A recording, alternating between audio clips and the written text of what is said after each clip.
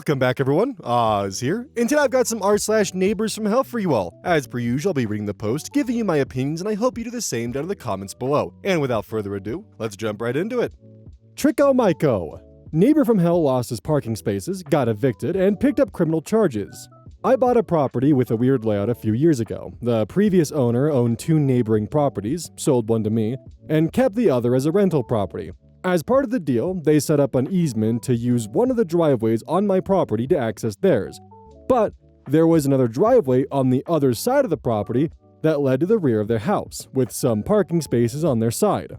I allowed the tenants next door to use the second driveway in addition to the easement one because I didn't want to move in and immediately start making enemies with my neighbors. It became clear pretty quickly that this was an issue as the tenant would floor it through my driveway almost every time he came and went. Then he got a Harley and started revving it up and mashing the throttle as he rode by my house. I asked him to slow down, but he kept doing it. Then, one day, it was raining, he tore down the driveway again and was going so fast by the end of the driveway that when he braked to enter the road, he locked up all 4 tires and slid down my driveway about 30 feet. I was done at this point and told him he couldn't use my private driveway anymore and had to use the easement driveway. I put up a fence a week later to block access, so he lost use of the driveway and use of 2 parking spaces on his side.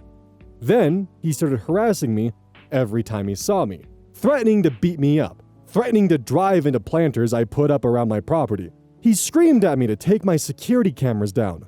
No way. Then, tampered with my security system. I filed for a temporary restraining order against him and was given a court date. A few weeks later, he was going out to his car parked on the street, and he got jumped by 4 men who curb-stomped his arm. I think it was a drug deal gone bad or something like that. He was put into a medically induced coma for 3 weeks. I started painting the fence, and his girlfriend came outside and asked me to stop. When I told her to go inside if the smell of paint bothered her, she called the police. Then, he filed a counter-restraining order against me, claiming that my actions had forced him to park on the street knowing that it was a dangerous area, LOL, and that I was harassing them with my painting. They kept delaying the case with continuances. One night, I saw on my security camera that he was patrolling my property and dropped what looked like a handgun, which he shouldn't have had because of the temporary restraining order. That delayed the court procedures again, and he had to provide evidence that he had surrendered his firearms, something he didn't do when the case was originally filed. Finally, almost a year after I filed the TRO and 9 months of being under one myself, the day of the court hearing arrived. He lost his temper in court and argued with the judge and my lawyers. I had a mountain of security camera footage, and all he had was a testimony from his girlfriend and another neighbor who didn't help his case at all. I got the restraining order granted against him and mine was dropped. One day, I noticed some lights on in what was supposed to be a vacant unit next door, and I reached out to the owner, who I'd been in contact with. It turns out he broke into the unit and was having a friend squat there. The owner came with the police and got the squatter out and boarded up the doors and windows. My neighbor kept talking to my security camera, waving flags in front of it, standing in front of it and playing videos on his phone. All of this was in violation of the no contact order, so I kept calling the police and sending them the security camera footage. Finally, his landlord filed for eviction, but my neighbor kept evading service. It took about 6 months for them to finally be able to serve the eviction papers by posting them. They went to court and he was evicted. I looked up court records for him and found that he was charged with 4 misdemeanor counts of violating the restraining order, and he failed to appear at the arraignment.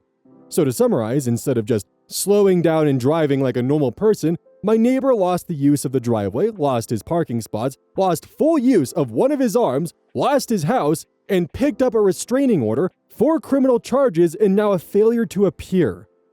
From my experience, there are some people in this world that really just enjoy laying out a field of rakes. They think the rakes are for the other people and they deviously await for someone to step on one, but then something happens. They forget the rakes are there, and they sprint full speed through the field and end up stepping on every single one they've placed down. And all you can do is watch in bewilderment as, why the hell are you stepping on your own rakes? Why are you self-sabotaging? Why are you doing this to yourself? All you had to do is not put the rakes down. What the hell are you doing? But instead, every time they step on a rake, they scream at you as, why the hell are you doing this to me?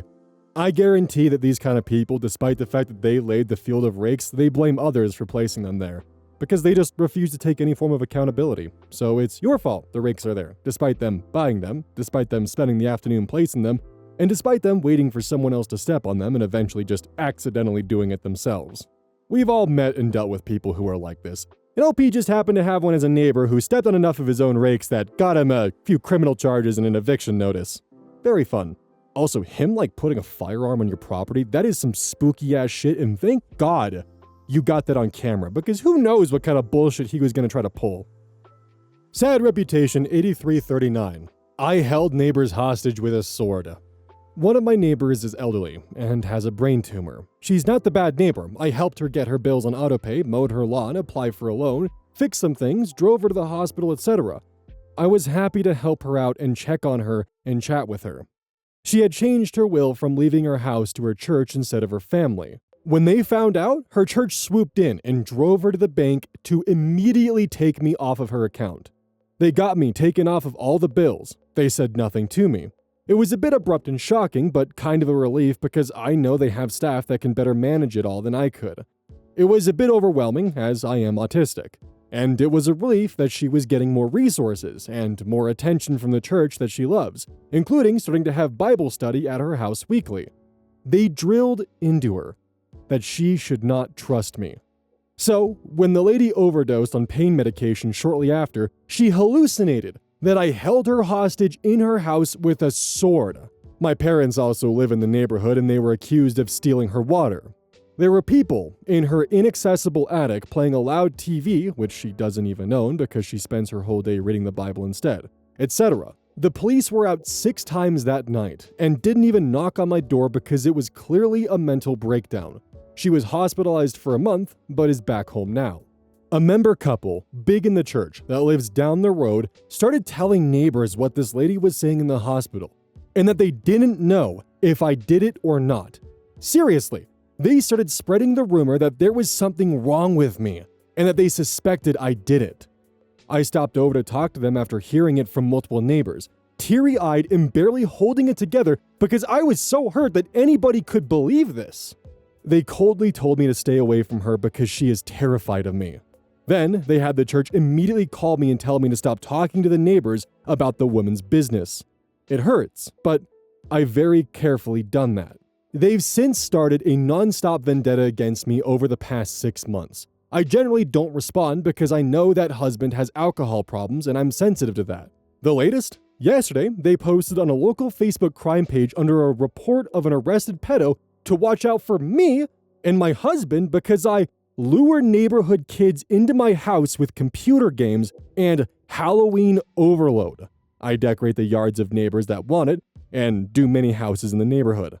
They didn't use my name, but it's blatantly obvious who they were talking about, so I replied to the thread welcoming anybody to peek in my windows and knock on my door at any time.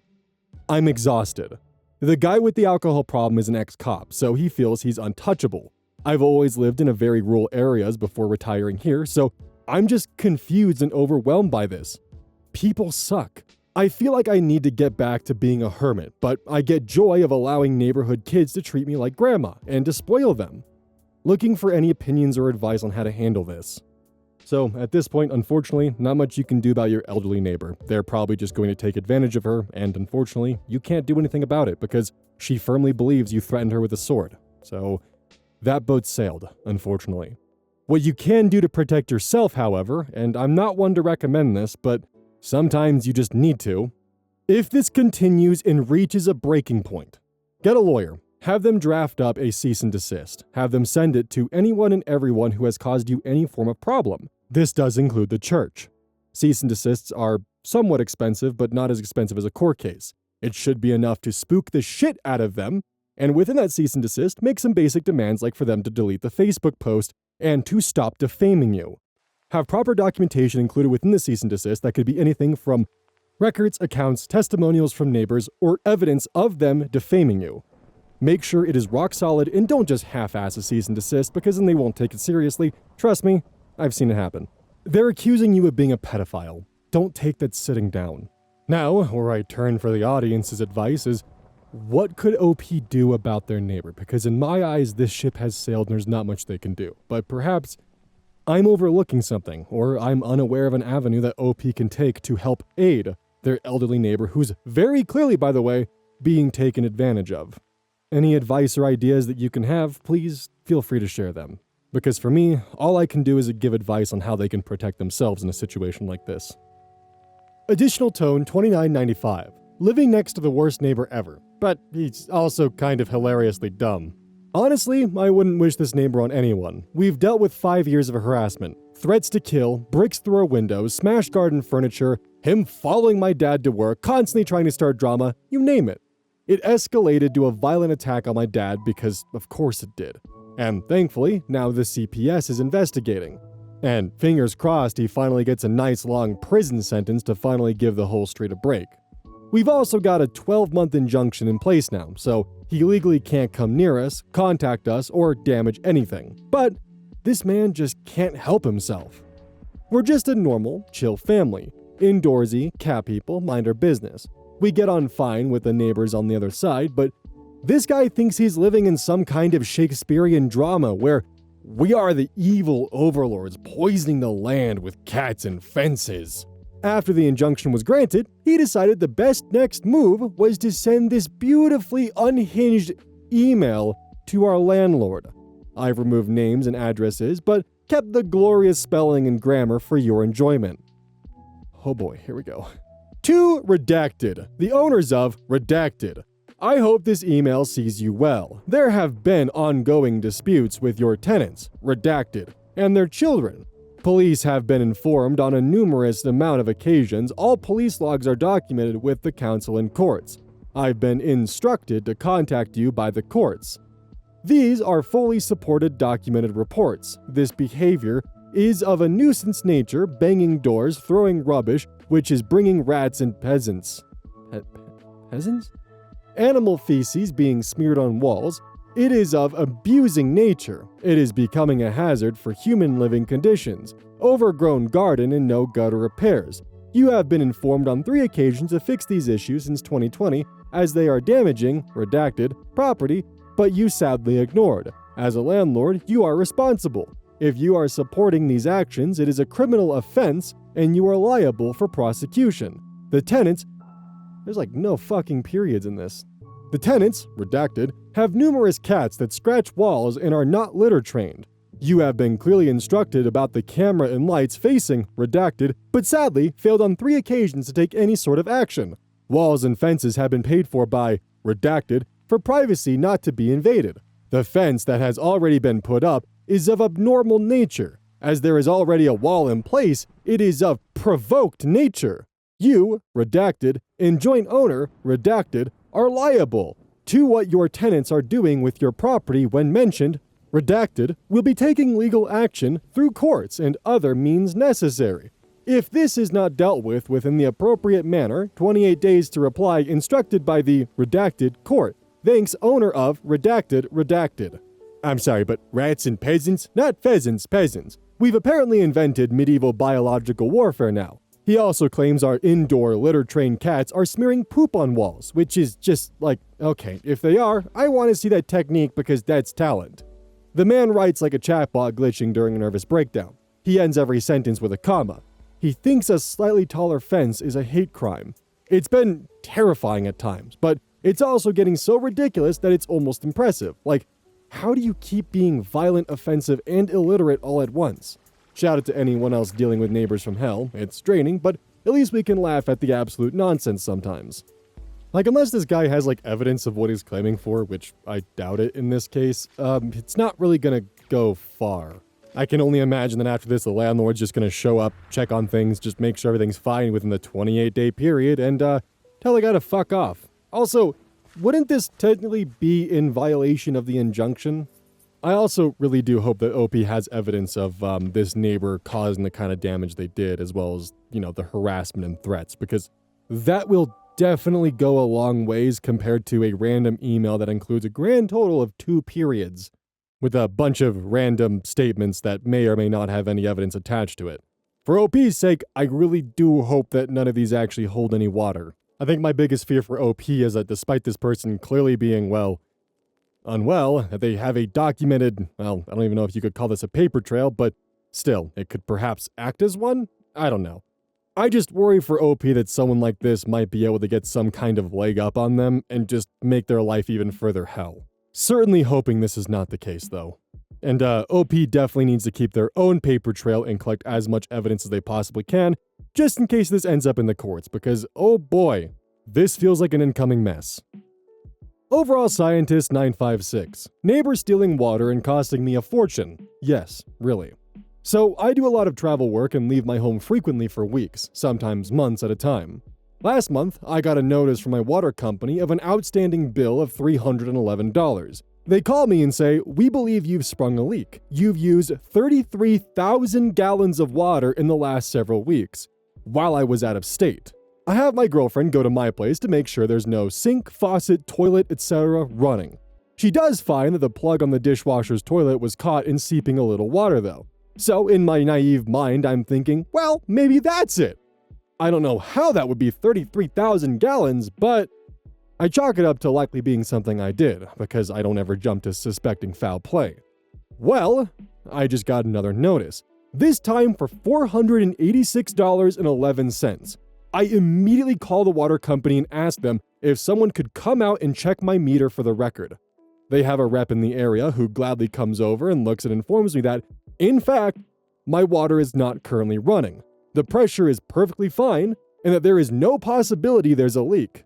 He says, "It's very obvious someone is turning your water on and off." I'll try to present the facts, which may or may not play a part in this, as they are without trying to sound too biased here.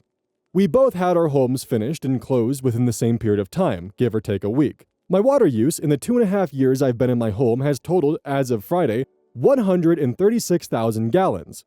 100,000 gallons of that has been used in the last 2 months, while I've been completely away, with only my closest friends showing up to get the mail and just make sure everything's good.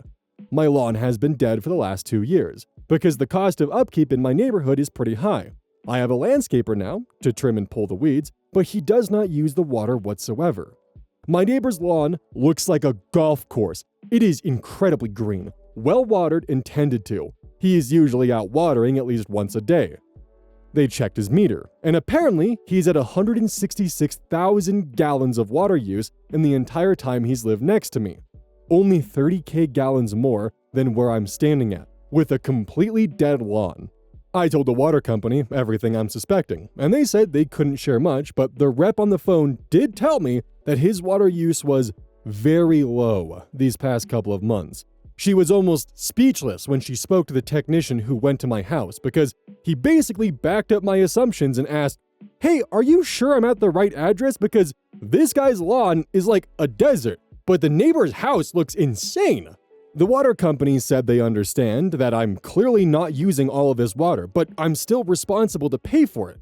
I mean, I get that. Water was apparently used, and my county is in a stage 4 drought protocol. They basically said, you need to put up cameras and try to catch him for a civil suit. After the technician looked at the pressure, he then turned off the customer/main valve, which sits outside on the border of suspected neighbor's side of the property. This is the only main valve the homes in my subdivision have by default. I now see how this can be a major issue. The next day, the valve was turned back on and 200 gallons of more water was ran.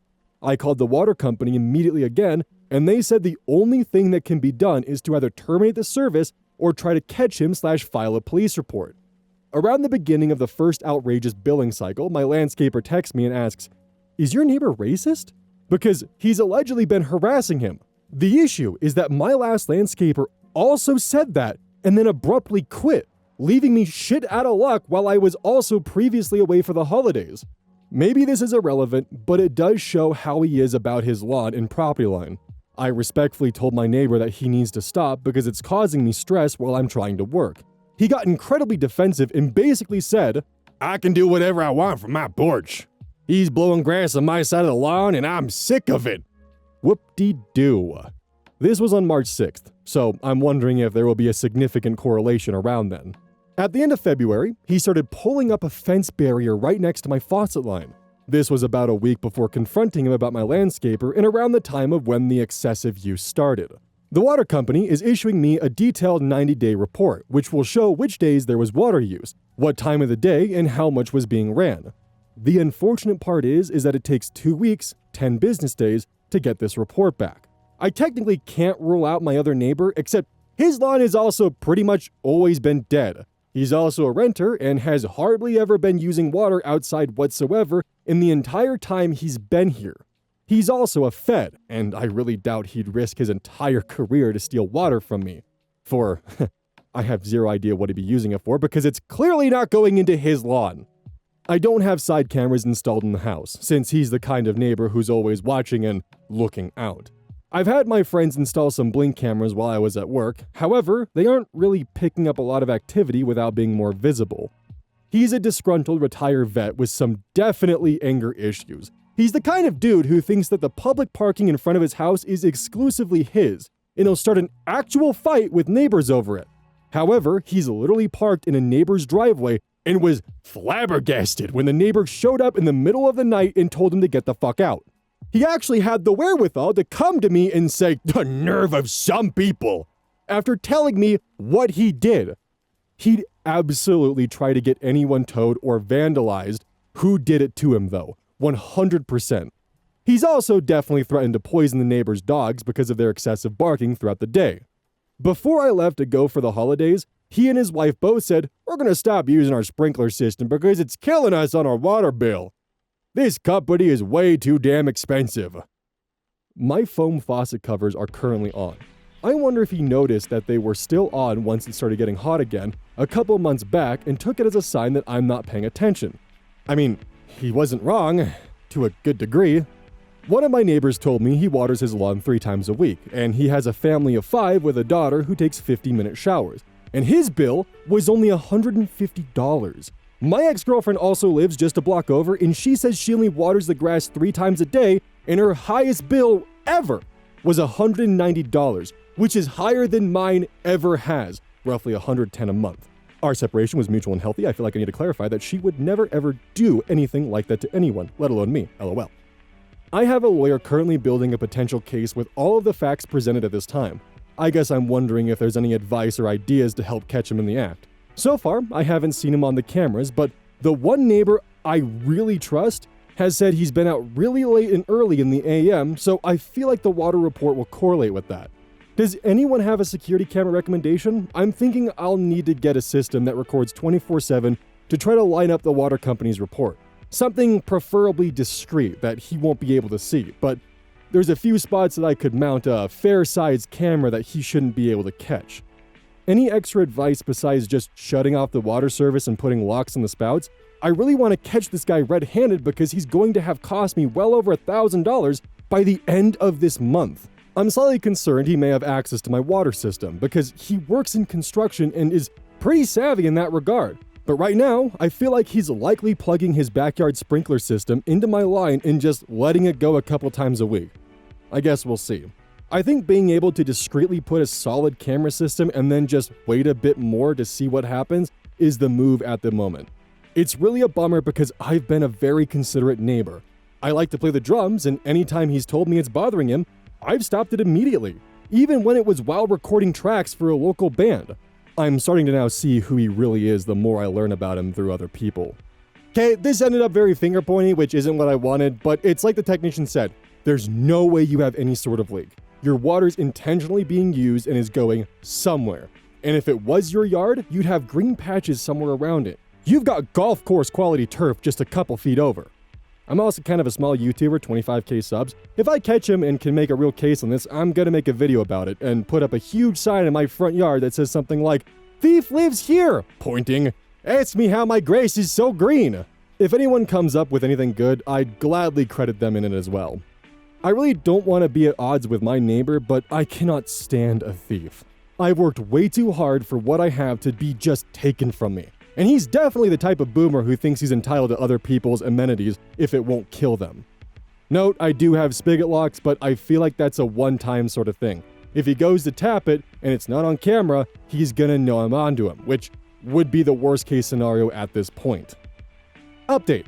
Holy cow, I was not expecting this volume of interaction. I've been busy with work and have handed off the tasks of my home to my best friend and girlfriend to monitor before I can make it back home to further assess everything. We've followed the suggestions and have promptly put locks on the outdoor spigots as well as getting cameras installed in the side of the house. No sign of any funny business since the last known use, so I'm curious if anything has been made apparent to my neighbors. I say that because he's typically outside walking between our houses quite a bit, and so far, I've only seen him come home from work and actively lighting from his front porch. Either way, I'm here for the plot/learning experience. Thank you so much to all of you in the comments and messages suggesting camera rig suggestions. Regardless of the outcome, this is something that should have been done from the start. I'll try to report back in a couple of days to see what we find with this usage report from the water company. I know I'll definitely be keeping an eye out. My biggest recommendation for a situation like this is if you put a water lock on your spigot and water keeps running, you need to hire a landscaper to do a little bit of a dig search to see if they can find like a water line that was improperly or illegally installed on your property to directly siphon from your water line. Because if he does early work in the AM and is good enough at it, I wouldn't be surprised if he went out there at like 3 or 4 AM when the sun's barely peeking up, depending on your time zone, and just knocked it out before lunch. Hell, if he was fast enough at it, he could even do it before anyone's really waking up to peek around. Also, OP, personal offer from me to you. If you find this and you because I know that this subreddit has a no advertising policy. If you find this story and you want to post a comment, I'll be happy to pin it so people can go and check out your channel. Good luck, fam.